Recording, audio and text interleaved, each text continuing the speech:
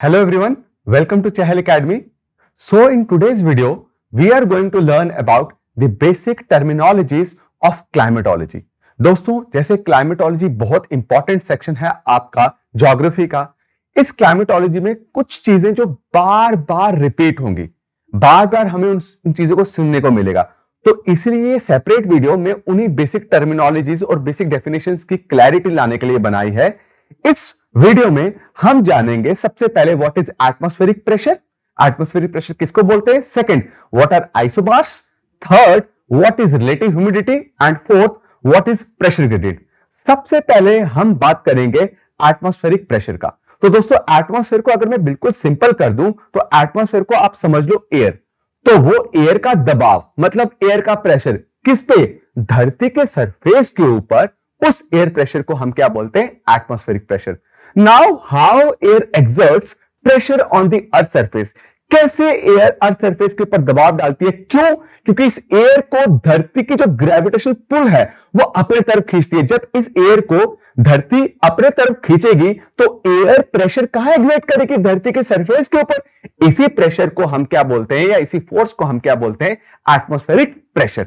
I hope you got the definition of atmospheric pressure.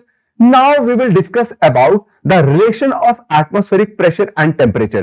क्या relation है air के दबाव का टेम्परेचर के साथ। तो दोस्तों याद रखिएगा, जब भी टेम्परेचर कम होगा मतलब ठंड होगी, उस रीजन में आपको एयर का दबाव हमेशा हाई देखने को मिलेगा। मतलब इन कोल्डर रीजन्स और in cold areas what you will find और what you will observe that the air pressure is high. क्यों, क्योंकि कोल्ड एयर में एयर हमेशा कॉन्ट्रैक्ट करेगी और कोल्ड एयर कॉन्ट्रैक्शन की वजह से डेंसिटी बढ़ेगी और हमेशा डिसेंड करेगी, नीचे की तरफ आएगी due to increase in density. जब वो नीचे की तरफ आएगी it will exert more pressure, तो हमें क्या फील होगा वहां पे, एटमॉस्फेरिक प्रेशर क्या है जी, हाई है। Got it. सेकेंड, जब भी टेम्परेचर ज्यादा होगा मतलब जब भी एक रीजन में हॉट है या गर्मी है, जैसे अगर आप देखोगे अभी के टाइम पे अप्रैल में जून के टाइम पे बहुत ज्यादा गर्मी होने वाली है आपके इंडिया में, तो यहां पे अगर आप एटमॉस्फेरिक प्रेशर को देखोगे या रिकॉर्ड करोगे तो what you will find, atmospheric pressure हमेशा क्या रहने वाला है, लो। एयर का प्रेशर धरती के सरफेस पे कहां लो होगा, जहां पे टेम्परेचर बहुत ज्यादा है। क्यों, क्योंकि एयर जब वार्म होती है it rises and expand. Suppose करो मेरा ये हाथ एयर है और ये धरती की सरफेस है, अगर ये एयर वार्म हो गई तो it will start rising and expand. ठीक है, जब ये राइज करके एक्सपैंड करेगी नीचे, एयर कम होने की वजह से आपको दबाव क्या फील होगा, एयर का, लो। तो दिस इज द रीजन कि एटमॉस्फेरिक प्रेशर आपको हाई कहां मिलेगा, कोल्डर रीजन में, और एटमॉस्फेरिक प्रेशर आपको लो कहां मिलेगा, हॉट रीजन्स में। अब ये एटमॉस्फेरिक प्रेशर हम मेजर कैसे करते हैं, ये एक इंस्ट्रूमेंट होता है जिस इंस्ट्रूमेंट का नाम क्या है, बैरोमीटर। तो atmospheric pressure is measured by an instrument called barometer. Next isobars क्या है। तो दोस्तों समझो ये पॉइंट ए, ये पॉइंट बी, ये पॉइंट सी, इन तीनों का टेम्परेचर क्या है, बिल्कुल सेम है और एटमॉस्फेरिक प्रेशर भी बिल्कुल सेम है। तो आइसोबार्स क्या होंगे, हम इनको कनेक्ट कैसे करेंगे, एक इमेजिनरी लाइन ड्रॉ करेंगे। ये इमेजिनरी लाइन बताएगा आइसोबार्स के बारे में, मतलब एटमॉस्फेरिक प्रेशर के बारे में। The line joining these 3 points having equal atmospheric pressure, वो लो भी हो सकता है, वो हाई भी हो सकता है, उसको हम क्या बोलेंगे, आइसोबार्स। You got it. जब भी वो लाइन जो उन प्लेसेस को ज्वाइन कर रही है जिनका एटमॉस्फेरिक प्रेशर बिल्कुल सेम है, मतलब वो लो भी हो सकता है, वो हाई भी हो सकता है, लेकिन बिल्कुल बराबर है, उसको हम क्या बोलते हैं, उस लाइंस को, उस इमेजिनरी लाइंस को हम क्या बोलते हैं, isobars. Now next, what is your humidity. दोस्तों आप अभी जो ये वीडियो देख रहे हो, आप सराउंडेड हो बाय एयर, मैं भी सराउंडेड हूं बाय एयर। इस एयर में वाटर प्रेजेंट है in the form of vapour, और उसी वाटर वेपर का प्रेजेंस हमारी एयर में, हम उसको बोलते हैं ह्यूमिडिटी। क्या बोलते हैं हम उसको, ह्यूमिडिटी। दोस्तों कभी भी आप न्यूज़पेपर उठाएंगे, चाहे द हिंदू हो, इंडियन एक्सप्रेस हो, या आपके स्टेट का लोकल न्यूज़पेपर हो, what you will find out, वहां पे वेदर फोरकास्टिंग करके एक छोटा सा कॉलम बना होता है, छोटा सा बॉक्स बना होता है। उस बॉक्स के अंदर हमेशा लिखा होता है, मिलता होगा आपको, RH लिखा हुआ, वहां लिखा होगा RH 70%, RH 80%। तो RH क्या है, RH की फुल फॉर्म है relative humidity. And relative humidity एक टाइप ऑफ ह्यूमिडिटी है देखो ह्यूमिडिटी तीन तरीके की होती है, absolute, specific and relative. The most important जो आपको याद रखनी है और जो वेदर फिनोमेना में बहुत हेल्प करती है दैट इज रिलेटिव ह्यूमिडिटी, और क्लाइमेटोलॉजी में बहुत इंपॉर्टेंट रोल प्ले करती है। तो रिलेटिव ह्यूमिडिटी की डेफिनेशन क्या है कि इस कॉलम ऑफ एयर में, मेरे दो हाथों के बीच में जो एयर है, इसमें ऑलरेडी कितना वाटर वेपर प्रेजेंट है और ये कितना और वाटर वेपर होल्ड कर सकती है, हम उसको बोलते हैं, वो एयर की क्या होती है, रिलेटिव ह्यूमिडिटी। और एक एयर की रिलेटिव ह्यूमिडिटी अगर हमने मेजर करनी है कि उसके अंदर कितना वाटर वेपर है, तो it is measured in percentage. याद रखिएगा, रिलेटिव ह्यूमिडिटी हम किसमें मेजर करते हैं, हमेशा परसेंटेज में।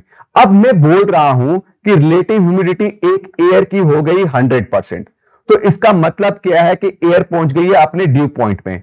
ड्यू पॉइंट में पहुंचने का मतलब क्या, now air is filled up with water vapour, fully filled up with water vapour.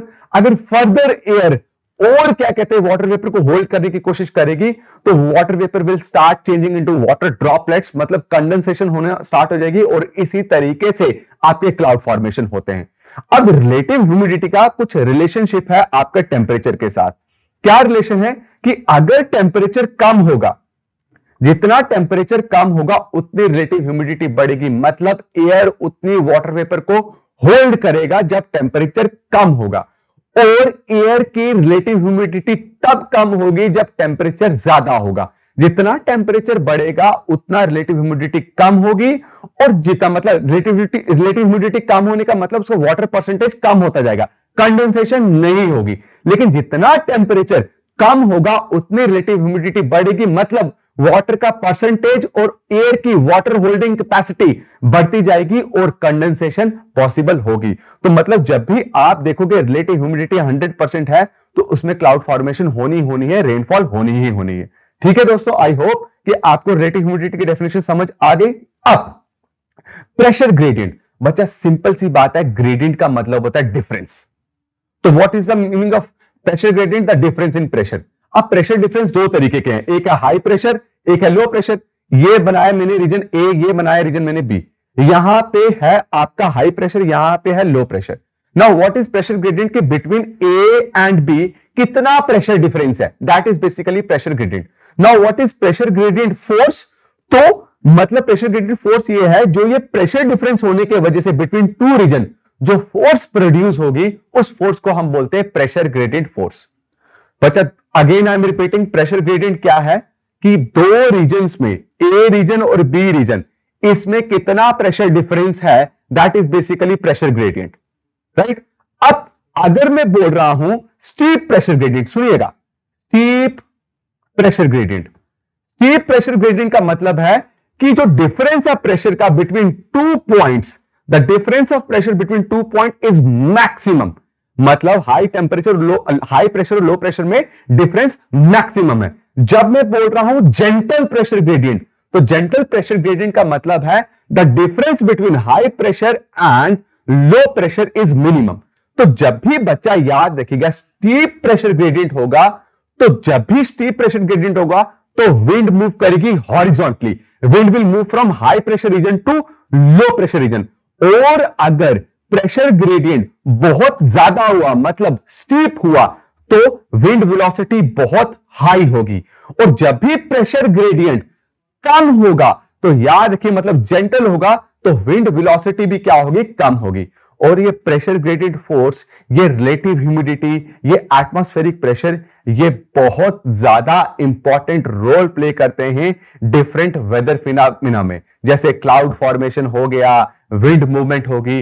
इनमें सब में जो फोर्सेस रिस्पॉन्सिबल हैं दोस्तों, यही फोर्सेस रिस्पॉन्सिबल हैं। तो this was all about the basic terminologies of climatology. I hope आपको ये सारा अच्छे से समझ आया है दोस्तों। ऐसे ही ज्योग्राफी की और वीडियोस को आसान भाषा में समझने के लिए keep following the channel of Chahal academy. I see you next video. Thank you so much.